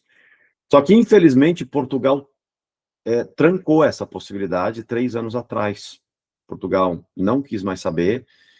Até onde eu estou sabendo, existem alguns processos judiciais em andamento, também em Portugal, para ver se esse tipo de direito pode voltar. Então, o meu conselho, para de repente, mesmo que vocês não sejam descendentes de portugueses, porque basta você ter uma cidadania italiana, alemã, portuguesa, ou qualquer outra, ou até mesmo brasileiro, porque se você conseguir uma oportunidade de emprego em Portugal, e de repente você consegue se inscrever na ordem, você pode trabalhar lá, você vai conseguir um visto. Mas isso vocês vão ter que ficar informados no futuro, nos próximos anos, para ver se isso volta, porque isso era uma coisa muito legal para o brasileiro. Era a porta de entrada para você poder advogar na Europa. De repente, você até começava em Portugal, que é a tua língua, e se você quisesse mudar para outro país, com o tempo você faria isso. Quais são as outras 2 possibilidades? Eu falo da Itália, nos outros países europeus é muito parecido, mas vai depender um pouco da legislação de cada um. Porém, é um pouco uniforme a legislação da União Europeia. O ideal desses 2 procedimentos que a gente pode tentar fazer, o ideal é que você tenha uma cidadania europeia. E um deles não é indispensável, mas se você tiver, é bem melhor. Então, se você for cidadão alemão, ou italiano, ou português, é muito mais fácil. Como é que você faz? Você tem que juntar uma série de documentos que quem quiser, ao menos da Itália, eu posso passar o link do site do Consiglio Nazionale Forense, que é basicamente a parte do Ministério da Justiça que cuida dessa questão dos diplomas, da advocacia em geral, do exercício do direito. Você vai juntar uma série de documentação, os documentos da escola, da faculdade, a ata com todas as matérias que você fez, a grande maioria vai ser traduzido, apostilado, você vai ter que levar para o consulado vai dar uma declaração que chama de declaração de valor, e você vai mandar para o Conselho Nacional Forense aqui da Itália. Eles têm mais ou menos 6 meses para avaliar o teu pedido. Se você for italiano, essa é o melhor caminho, na minha opinião, porque eles vão avaliar o teu pedido, e eles vão te falar, olha, te concedo o direito de ser advogado na Itália, que foi o que aconteceu comigo, eles fazem um decreto e mandam para você dizendo, olha, você pode ser advogado na Itália, porém, tem essa provinha aqui que você tem que fazer, tem essas matérias, você vai ter que fazer essa prova, que eles chamam de prova attitudinale, que é basicamente igual à prova da ordem. Eu verifiquei as matérias e a forma idêntica. Vai ter que estudar e vai ter que passar. E ali você vai ser advogado na Itália, e você pode advogar. Sendo advogado na Itália, você, respeitando certos requisitos, vai poder advogar em qualquer outro país da União Europeia, tá? Você pode, depende, se você consegue o caminho pela Itália, que talvez você veja que é mais fácil, mas você quer morar na França, ok, você vai poder advogar também na França. Esse é o primeiro caminho, em que o teu título de advogado vai ser validado. Não o teu diploma, tá? Eles vão te chamar de advogado, beleza, mas o teu diploma é um diploma conseguido no exterior, no Brasil, por exemplo. Existe uma outra estrada, que essa você não necessariamente precisa ter cidadania para conseguir fazer, porque você pode conseguir, por exemplo, um visto de estudante. É mais demorado, é mais complicado, porque o que é que você tem que fazer? Você vai ter que escolher a cidade na Itália que você quer morar, eventualmente, uma cidade onde tem uma universidade, de preferência, para que você não tenha que se deslocar, e você vai falar com aquela universidade, e a universidade vai pedir todos esses documentos, que eventualmente, quem quiser, eu posso mandar os sites com as listas, com a lista de documentos, onde você vai pedir para validar o teu diploma, e não o teu título de advogado, o teu diploma de bacharel em direito. Você vai mandar tudo para a faculdade, eles vão ver todas as matérias. Se tudo que você estudou no Brasil, ou em outro país, se você estudou em outro país, condiz basicamente com aquilo que se estuda aqui, a universidade vai dizer, não, a gente pode fazer com que esse teu título seja válido e vai ser como um título conseguido na Itália. E esse vai possibilitar que você, por exemplo, faça a prova da ordem. O mais provável que vai acontecer é que a universidade vai falar, olha, tem umas 2, 3 matérias aqui que não tem muito a ver, que você estudou e que a gente estuda aqui. Você vai ter que estudar essas matérias aqui. Então, você vai ter que vir para a Itália, se inscrever naquela faculdade, e ali você pode conseguir um visto de estudante para ficar aqui, e estudar essas 2, 3 matérias, aquelas que a universidade vai te falar. Você vai estudar, vai fazer as provas. Quando você completar isso, show de bola. Aí eles vão te dar um diploma, como se fosse um diploma italiano.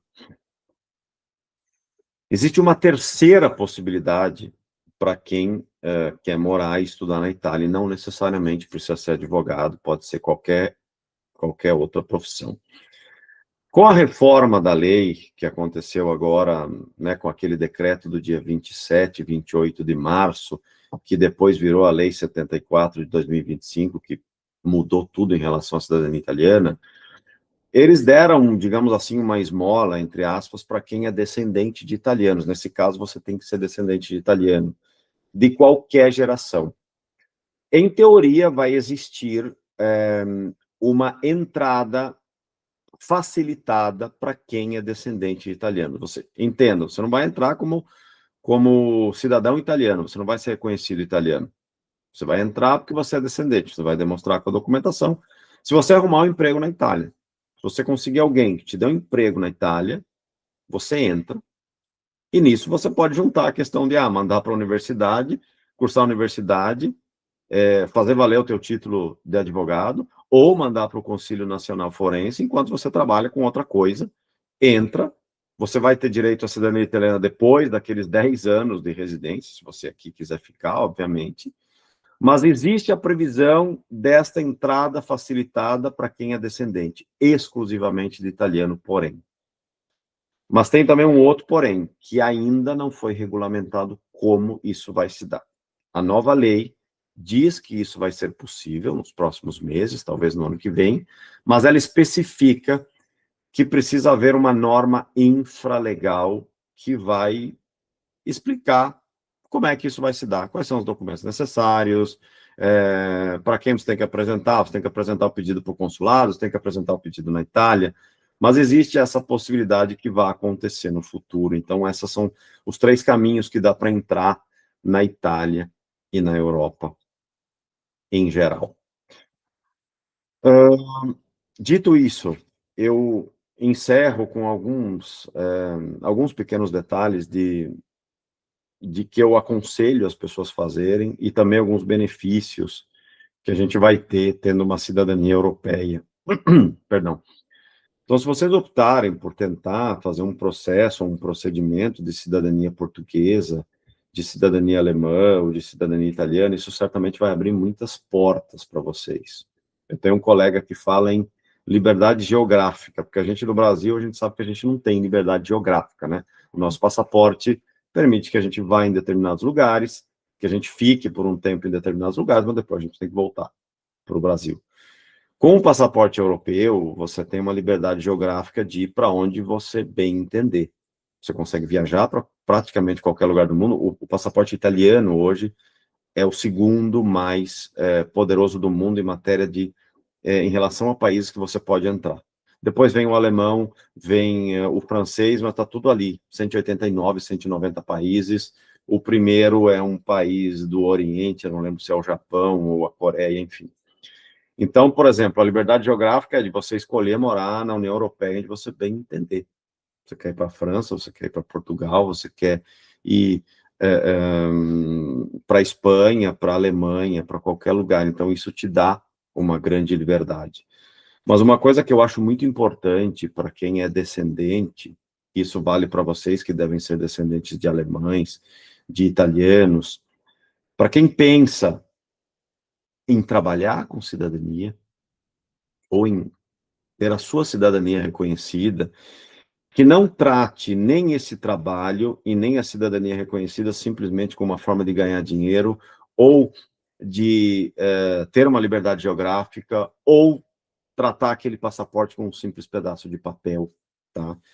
A gente está tendo essas crises em Portugal, na Espanha, na Alemanha, na Itália. Na Alemanha nem tanto, porque eu não tenho notícias de outras restrições, mas eu vejo na Itália, a Espanha parece que encerrou em outubro a possibilidade de reconhecimento da cidadania italiana, mas aí também, se alguém tiver dúvida, fala comigo, que eu conheço pessoas que trabalham com cidadania espanhola.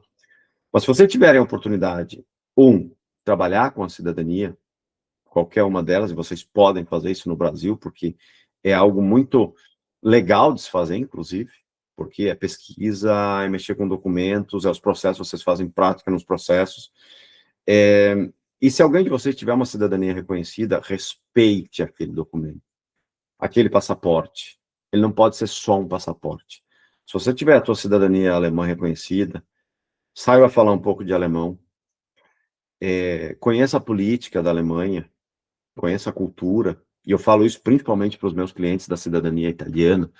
Falo, olha, a lei não diz que você tem que saber falar italiano, a lei não diz que você tem que conhecer a política ou a história, mas faça isso, porque você tem que viver essa forma de ser italiano, de ser alemão, você tem que respeitar aquele país que reconhece a cidadania, e principalmente você tem que respeitar aquele que partiu 150, 200 anos atrás e indiretamente te deu esse direito. Eu acho que isso é muito importante. Isso vai ser só um benefício, porque você aprendeu uma nova língua, você aprendeu alemão, você aprendeu italiano, isso é fantástico. Você aprender sobre a cultura desses países, da Alemanha, como é a Alemanha hoje, que é um país extremamente moderno, que é um país que está na vanguarda de muita coisa no mundo, é a locomotiva da Europa, a gente chama. Você aprender sobre a cultura da Itália, que é, junto com a Grécia, é o berço da nossa civilização ocidental, isso só vai crescer, a tua cultura, a tua mente vai se abrir. E aprender, por exemplo, sobre a política, por exemplo, na Itália, se você tem cidadania italiana reconhecida, você vai receber lá na tua casa a cédula para você votar. Não é obrigatório, você vota se você quiser. Mas se você quiser votar, você tem que entender o que acontece aqui, porque você vai mudar a nossa vida, de quem mora aqui. E eu vou dar um exemplo muito prático. De repente, você é de direita no Brasil. Não necessariamente a direita na Itália é igual à direita do Brasil. Ou vice-versa. Ou você é de esquerda no Brasil, e aí você vota de esquerda aqui, porque eu sou de esquerda. Então, você precisa entender como é que funciona as sociedades. Então, eu acho muito importante, e também para vocês, por exemplo, se alguém tiver essa curiosidade, e também aí eu deixo aberto para quem quiser falar comigo, para entender como é que funciona o trabalho, como é que é no Brasil, como é que você pesquisa um documento, como é que você retifica. Se você entrar num ramo desse tipo, e não é um nicho, tá? Não é um nicho. É um nicho, mas não é. Porque se a gente falar, como eu falei para vocês, dos italianos, nós temos 40 milhões de descendentes. Então é um público, é uma clientela, digamos assim, de 40 milhões. Só que você tem que tratar tudo aquilo com muito respeito. Aqui, você não pode simplesmente vender aquele serviço. Você tem que tratar com respeito a história daquela família, porque reconhecer uma cidadania italiana é também um resgate histórico fantástico. Porque se você for reconhecer a tua cidadania alemã e você for descobrir que o teu ancestral partiu em 1840 lá da Alemanha, descobrir a história dele, eu falo de mim porque eu descobri a história da minha família, porque eu fui lá na cidade onde partiu um dos meus ancestrais, e isso é uma coisa fantástica, eu aconselho todo mundo que tiver essa vontade de ir, de descobrir onde é que partiu o teu ancestral, da Alemanha, de Portugal, da Itália, da Polônia, vai lá naquele lugar, porque é um sentimento extraordinário. Então, eu acho que é muito importante vocês respeitarem também dessa forma, é um trabalho muito legal, tá? É um trabalho muito legal para mim aqui na Itália, e eu tenho certeza que é um trabalho muito legal também para todos os colegas advogados que fazem isso lá no Brasil, em todos esses ramos de reconhecimento de cidadania. Eu acho que eu já falei bastante, eu não quero me alongar demais, eu não quero que fique pesado, se já não ficou, né? Eu me divirto demais falando sobre isso, porque é algo que eu gosto, não sei se para vocês é a mesma coisa. Agora eu abro para eventuais perguntas, caso vocês queiram. E agradeço mais uma vez pela oportunidade. Doutor Simon, muito obrigado pela sua palestra, né, seus ensinamentos hoje, né, nossa, agregou de uma forma excepcional, né, e antes de eu iniciar as perguntas, né, algo muito interessante que o senhor trouxe, que eu gostaria de falar, foi sobre a questão, né, do contexto histórico, né, de toda essa questão de quando esses imigrantes vieram, né, da Itália, da Alemanha, como o senhor citou, né, mas principalmente desses exemplos, né, que o senhor, né, do livro que o senhor contou, dessas histórias, né, e elas são, né, extremamente importantes para que a gente possa compreender, inclusive, né, o sentido da construção do Brasil, né, e com isso a gente pode perceber que o Brasil, né, foi construído, né, a duras penas, porque nós tivemos um período de escravidão, né, terrível no Brasil, né, e posteriormente, né, um período também de um trabalho indigno, de pessoas que recebiam propostas, né, propostas milagrosas, propostas, né, de um trabalho, de uma vida, né, e essas pessoas, né, como o senhor mencionou, foram enganadas, né, quando chegaram aqui não era exatamente aquela situação, aquela realidade em que tinha sido proposta, enfim, para esses imigrantes, né, e com isso a gente, né, percebe também, né, que é como é importante entender e compreender essa questão histórica, porque existem várias, né, comunidades, cada vez mais as pessoas também buscam, né, as suas referências, a questão da ancestralidade, né, de onde a gente veio, né, todo mundo veio de algum lugar, então, né, as pessoas têm buscado bastante entender essa questão, né, entender, né, a árvore genealógica, né, que também é algo importante para se conseguir, né, o processo de cidadania, como o senhor citou, né, todos os nossos ancestrais, né, precisa ter documentação, precisa ir atrás, né, dessa questão. E aí, aproveitando, né, que o senhor falou sobre a questão da advocacia, né, de poder advogar, né, na Itália, né, e também na Europa, e aí eu pergunto para o senhor, né, como que os brasileiros que conseguem, de uma forma ou de outra, né, advogar na Itália, né, pelos procedimentos que o senhor listou, né, qual que é a receptividade dos escritórios de advocacia, da sociedade, né, os brasileiros têm facilidade em conseguir advogar ou existe uma barreira por serem pessoas de outro país, serem brasileiros, né, serem da América do Sul, enfim, né, eu gostaria que o senhor, né, nos relatasse como que é a receptividade para se conseguir advogar, se incluir num escritório de advocacia na Itália, por exemplo. Tá, vamos lá. Eu vou ser bem franco, tá? E totalmente verdadeiro naquilo que eu vou falar. Até mesmo que algumas coisas não sejam do meu agrado, não gostaria que fosse assim, mas é assim que funciona. Então, assim, eu sei, e os advogados no Brasil também sabem, que não é fácil advogar, né? Você ser advogado, tanto no Brasil como na Itália, a Itália, se eu não estou enganado, é o país que tem mais advogado por metro quadrado na Europa, tá? Nós temos muito, aqui em Verona tem muito advogado, e a gente não tem uma grande receptividade, mas não só porque você é estrangeiro, é porque você é um concorrente, entendeu? Então, assim, eu sou muito sincero em dizer que eu tenho um escritório legal agora, a gente conseguiu crescer, a gente tem um escritório médio, mas, assim, foi a duras penas, tá? Se você... Porque não é só pela questão de você advogar na Itália, tá? É a questão, o problema maior é você migrar. A gente acabou de falar sobre um contexto histórico de quem em 1880 foi para o Brasil, e lógico que o que eles passaram é milhões de vezes maiores do que o que a gente passa aqui. Mas quando você migra, você muda totalmente a tua vida. Você começa do zero. Não, quem falar o contrário, porque assim, se você abrir o Instagram agora, tá cheio de gente que mora na Itália, ou não sei aonde, tudo bonito, um biqueiro de vinho, não sei o que, mas não é assim, tá? É muito difícil. Você consegue prosperar, tá? Você tem, eu posso dizer que aqui na Europa você tem mais oportunidades do que você não teria no Brasil, né? Você tem, sei lá, até para falar no teu poder aquisitivo, tá? Você pode começar bem pequenininho, mas você tem condição de ganhar e sobreviver, enquanto que no Brasil é muito mais difícil. Só que, claro, você migrou, você está num país estrangeiro, você pode estar na Itália, que tem uma cultura parecida com o Brasil, parecida entre aspas, tá? O Brasil é muito mais receptivo.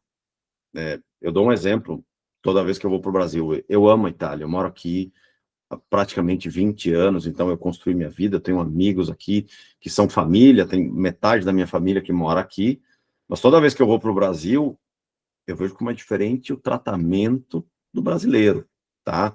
A gente muitas vezes tem aquela síndrome do vira-lata, que o estrangeiro é melhor. Eu digo que não existe um povo que é mais receptivo e mais educado do que o brasileiro. E meus amigos italianos aqui falam isso, aqueles que foram para o Brasil. Então, você vai migrar, e você vai se deparar com uma realidade totalmente diferente da tua. Você vai conhecer pessoas muito boas, mas você vai conhecer também pessoas que vai te ver como um estrangeiro e vai ser muito mais difícil para você se inserir, tá? Então, mas uma coisa que é legal é que o estrangeiro, em modo geral, e não só o brasileiro, ele meio que se une quando ele está no exterior. Então, eu vejo que eu estou aqui há muito tempo, né? Então eu estou muito bem integrado. Então eu tenho cliente, principalmente brasileiro, porque a gente fala de cidadania italiana, né? Dos brasileiros, mas tem argentino. Eu tenho clientes italianos, eu tenho parcerias com advogados italianos, mas porque eu estou aqui há muito tempo. Mas para quem começa, na maioria das vezes fica naquele nicho do brasileiro, entendeu? Porque o brasileiro ele quer achar um advogado brasileiro, assim como o brasileiro quer achar um dentista brasileiro. A gente é muito isso. Né, sei lá, vou te dar um exemplo, não tem um dentista melhor que o brasileiro. O brasileiro, quando está aqui, ele vai procurar um dentista que é brasileiro, entendeu? Então, assim, existem muitas dificuldades. E eu acho que a maior dificuldade não é de você advogar, ou de você ser gari, ou de você ser médico. A maior dificuldade é você migrar e se deparar com uma realidade totalmente diferente. Você vai sofrer muito, você vai sentir saudade de casa, você vai enfrentar muitas dificuldades, mas, claro, aqui você tem aquela oportunidade de devagarinho, degrau, depois de degrau, você subir, que talvez, em algumas realidades no Brasil, você não consiga fazer. Sim, exatamente, né? São barreiras, né? E aí eu pergunto para o senhor, né, antes de passar para as perguntas aqui que o pessoal fez, né, sobre essa questão da receptividade ainda da Europa, né? O senhor falou sobre a questão também da cidadania espanhola.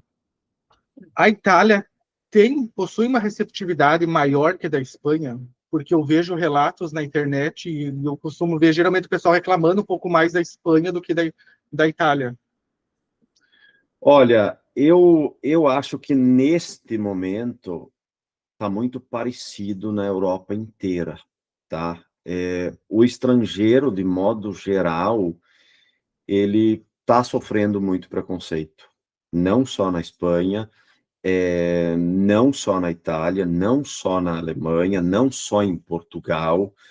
Obviamente, tem alguns países que têm muito brasileiro, como em Portugal, como na Espanha, como na Itália. Então, ali é mais fácil que apareça uma notícia de que houve o preconceito, tá? Então, assim, eu não vou saber te dizer se é mais ou menos, mas o que eu estou vendo aqui, de um modo geral,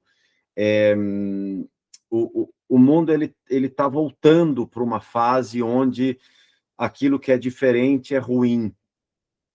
E é de modo geral, no mundo inteiro. Os governos estão alimentando essa questão. Então, infelizmente, na Europa, em modo geral, eu vejo que isso está acontecendo, mas é quase que uniforme, principalmente nos países aqui, mais do sul da Itália, do sul da Europa, Itália, Espanha, Portugal, eu vejo que o problema ele começa a ficar bastante grave, infelizmente. Mas não são todos assim, tá? Não é todo mundo assim.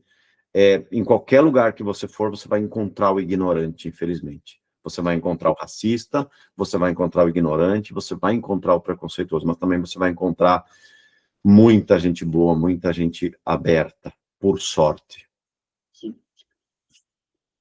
Passando aqui para as perguntas do pessoal, a Raíssa e a Larissa enviaram perguntas bem semelhantes.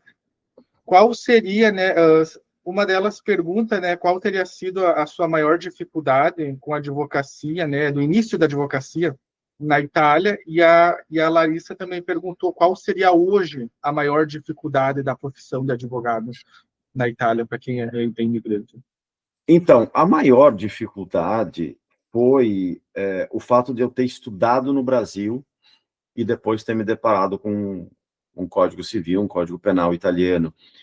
Existem muitas semelhanças, né? Os nossos códigos brasileiros, eles foram tirados muito do francês, do italiano, então as semelhanças são muito grandes, embora eu acho que a lei brasileira, ao menos na teoria, talvez não na prática, na teoria ela está um pouquinho mais evoluída, tá? Eu posso falar uma besteira, a gente está no berço do direito aqui, mas aqui a gente é muito mais tradicionalista, é muito mais fechado em relação a determinadas leis. Mas eu acho que a dificuldade maior foi essa, porque, por exemplo, quando eu comecei com a cidadania italiana, eu conhecia tudo em relação à documentação, em relação às retificações e tudo mais, e estava na ponta da língua porque eu estava sempre vendo aqueles documentos, eu fazia pesquisa e tudo mais. E aí eu conheci um colega que trabalha comigo até hoje, o advogado Michele Felipe, a gente tem um escritório junto, que começou a me ensinar a questão, qual é a lei? Qual é a lei que a gente vai usar para poder distribuir esse processo? Como é que funciona o processo? Que era algo que para mim era muito novo, porque eu advoguei no Brasil e eu estava acostumado com aquela forma, até porque aqui é um pouco diferente. Então eu acho que inicialmente essa foi a maior dificuldade, e teve uma outra dificuldade, que é aquela que a gente falou antes, da concorrência entre os advogados, porque no início eu meio que tinha medo de começar sozinho, porque eu pensei, olha, estou aqui, a língua é diferente, a lei é um pouco diferente, como é que eu vou me aventurar sozinho, pegar um cliente e, de repente, fazer quiçá que besteiras, né? E eu lembro que aqui em Verona, no início, lá atrás, eu liguei para CNT, e aqui tem muito escritório de advocacia, tá? Nós estamos falando, sei lá, de uns 300. Eu liguei e eu não consegui colaborar com nenhum advogado, mesmo que eu dissesse, olha, eu tenho os clientes, vamos fazer uma parceria, mas o pessoal muito fechado, muito medo da concorrência, então isso também foi uma dificuldade. Depois que eu achei o meu colega de hoje, que a gente entrou num acordo, e aí as coisas começaram a andar. No momento, a maior dificuldade é que, assim, a gente, no escritório, a gente diversificou no último ano vários ramos do direito nos quais a gente trabalha, mas o nosso carro-chefe foi sempre a cidadania italiana e portuguesa. Só que agora houve um fechamento, foi fechado, as portas foram fechadas, então agora a gente está, que por um lado é legal, porque a gente está estudando muito, e a gente estava meio que acomodado, o processo é assim, eu sei como é que é, perfeito, mando para o juiz, a audiência está tudo certo. Agora, a gente está tendo que estudar muito porque a gente tem audiências na Corte Superior para resolver esse problema. E não só eu, como a maioria dos advogados que trabalham com cidadania, a gente tem algumas associações das quais a gente faz parte, a gente conseguiu ter algumas vitórias muito importantes. Tanto o nosso escritório como o escritório de outros advogados conseguiram vitórias muito importantes nas cortes superiores, na Corte da Appello, que é a segunda instância, e agora a gente está subindo para as cortes superiores. Então, a dificuldade maior no momento é essa, porque as pessoas que querem tentar o reconhecimento estão um pouco assustadas, então você tem que explicar para elas o que está acontecendo, tem que esperar um pouco, olha, vamos ver o que vai acontecer. Então, o fechamento da Europa é o que está dificultando mais o trabalho para nós, que somos advogados, que trabalhamos com o exterior, porque é um fechamento geral, assim, para muito... Porque, por exemplo, eu tenho muitos clientes na Austrália. A Austrália é um país de enorme imigração italiana. E não é uma imigração de gente que quer vir da Austrália para tentar uma vida melhor, porque eles estão muito bem lá na Austrália. Mas tem gente que quer fazer a cidadania por uma questão afetiva, ou porque tem um emprego aqui na Itália, e as portas meio que se fecharam. Então, essa está sendo a dificuldade maior neste momento. É impressionante como esse movimento, né, na Europa, esse fechamento de portas, fechamento de fronteiras, né, nos Estados Unidos, claro, obviamente também, né, mas é um movimento, né, ideológico, inclusive, né, de que o imigrante, né, o estrangeiro é o estranho, é o inimigo, é o errado, né, é quem prejudica o país, é quem prejudica o crescimento, é quem, né, aumenta a criminalidade, é quem, né, vai buscar outro país e não vai trabalhar, vai ficar pelas ruas, né, enfim, não vai contribuir, né, não existe valor, né, naquela pessoa, naquele ser humano, que justamente é o contrário, né, já busca, né, ir para esse local para justamente, né, poder trabalhar, poder estudar, né, poder contribuir. Se eu puder fazer uma observação, professor Sim, Moreira, sim, me perdoe. Eu estava lendo no jornal, algumas semanas atrás aqui, que esse ano a gente teve a menor taxa de natalidade da história. Nós precisamos de centenas de milhares de trabalhadores aqui na Itália, todos os anos, nem para aumentar a força de trabalho, para manter a força de trabalho. Os empresários, muitos estão desesperados porque não tem gente para trabalhar. E aí, eu vou falar uma coisa que, por favor, nessa era da internet, a gente tem que ter muito cuidado com aquilo que vai falar, mas deixando bem claro, eu acho importantíssimo que todos tenham oportunidade. Que você venha da África, que você venha da China, que você venha de qualquer lugar. Se você veio aqui para trabalhar e para somar, eu acho que você tem que ter oportunidade de entrar. Mas, por exemplo, a Itália, que quer se fechar, esses dias o meu colega falou isso, a gente deu uma entrevista para uma revista italiana que trata de uma revista brasileira que trata de cultura italiana, e ele falou uma coisa que eu não tinha pensado e agora isso ficou na minha cabeça. A Itália, ela teria um dos melhores tipos de imigração que ela poderia sonhar, que só a Itália tem, nenhum outro país tem. Nós temos 70, 80 milhões de pessoas com descendência italiana, muitas delas falam dialeto, têm a cultura italiana, têm amor pelo país, e essa imigração que precisava ser trazida para cá. Você tem que incentivar as pessoas a vir para cá, entendeu? Você tem que melhorar a infraestrutura, você tem que dar trabalho para as pessoas, você tem que facilitar a cidadania delas, para que elas venham aqui, para que elas fiquem aqui, entendeu? Mas que venham outros, obviamente. Para mim, eu acho que é importantíssimo que pessoas de outros lugares do mundo possam vir também. Mas, assim, é um paradoxo que você não tenha pessoas, que você precise de pessoas para trabalhar, e você fecha as tuas portas porque você acha que quem vem de fora não é bom.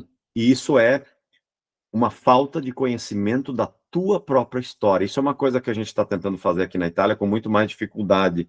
E, por exemplo, eu faço eventos sobre cidadania italiana desde 2022. A gente fez em 2022 na Serra Gaúcha, em 2023 em Santa Catarina, em 2024 em São Paulo e no Mato Grosso, para mostrar para as pessoas. Eu gosto muito de contar essas histórias, né? Mas aqui na Itália eles não conhecem a história dessa imigração.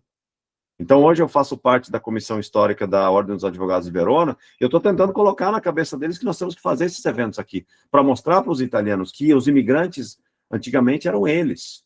E isso teria que ser feito na Alemanha, isso teria que ser feito em outros países, porque muitos alemães e espanhóis foram para o Brasil. E o imigrante era você um dia. E agora você não dá valor para aquele que está migrando para vir para o teu país para tentar uma vida melhor. E ele está indo para somar, porque ele trabalha aqui, ele paga impostos.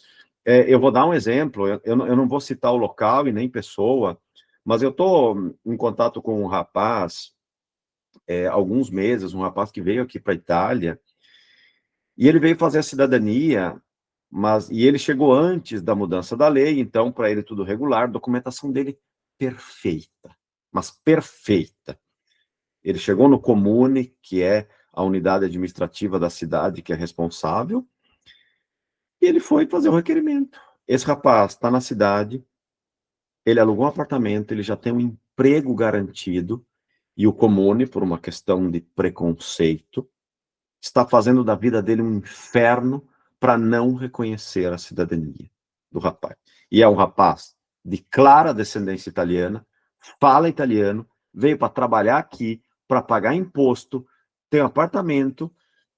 Então, assim, para mim isso é um paradoxo que não tem muita explicação senão no preconceito. É impressionante, né? Acho interessante isso que o professor citou sobre a questão, né, de que a população, enfim, né, os italianos percebam, né, que antigamente os imigrantes eram eles, né? E tudo isso que o senhor falou sobre essa questão do fechamento de fronteiras vem muito alinhado a isso de que as pessoas, infelizmente, né, esse movimento, né, ideológico, ele vem no sentido que as pessoas não conhecem a história, não conhecem a própria história, porque isso também diz respeito a eles, a história deles, dos italianos e de outros, enfim, outros países, né, que enfrentam esse movimento, e também de que não entendem, né, da sua própria situação, porque como o senhor falou, essa questão, né, de que não tem mão de obra, não tem trabalhadores, taxa de natalidade, né, lá embaixo, né, já li vários artigos, inclusive todos muito recentes, né, que falam que né, a Europa, de modo geral, né, é um local, né, um continente de pessoas, né, velhas, cada vez mais, porque a taxa de natalidade não é alta. Então, tu precisa ter pessoas trabalhando, e tu precisa ter pessoas também estudando. As pessoas que estudam, elas vão proporcionar, né, elas vão trazer algo para aquele país, para o desenvolvimento, para o crescimento, né, mas infelizmente, né, nós temos agora, né, não sei até quando, né, essa movimentação, né, e é bem curioso, né, porque isso vem contra o que foi, né, a existência, inclusive, da União Europeia, dessa junção, né, uma das disciplinas, inclusive, né, que os cursos de graduação em direito na Europa têm é o direito comunitário, né, que esse direito de integração, né, e de repente a gente vê tudo isso, né, justamente no contrário, né, vindo, né, na contramão, né, não sei até quando, né, mas realmente espero, né, e desejo para o senhor que todos esses processos aí, né, que exigem, né, que se recorra, né, às cortes superiores, né, enfim, outros advogados também que atuam nessa área da imigração, né, que realmente consigam êxito, né, para que seja declarada, né, essa nova lei, ou pelo menos alguns artigos, como algo inconstitucional, né? É inconstitucional, mas precisa desse reconhecimento da Corte Superior, né, para que se tenha isso estabelecido, né? E aí, então, doutora, né, aproveito, né, aqui, uma pergunta aqui que mandaram, deixa eu ver aqui. O pessoal já está me enviando aqui, deixa eu ver.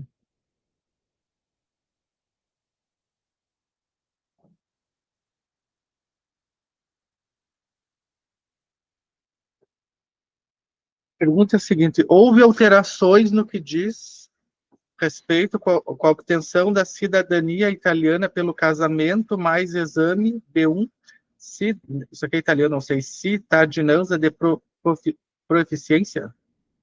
Então,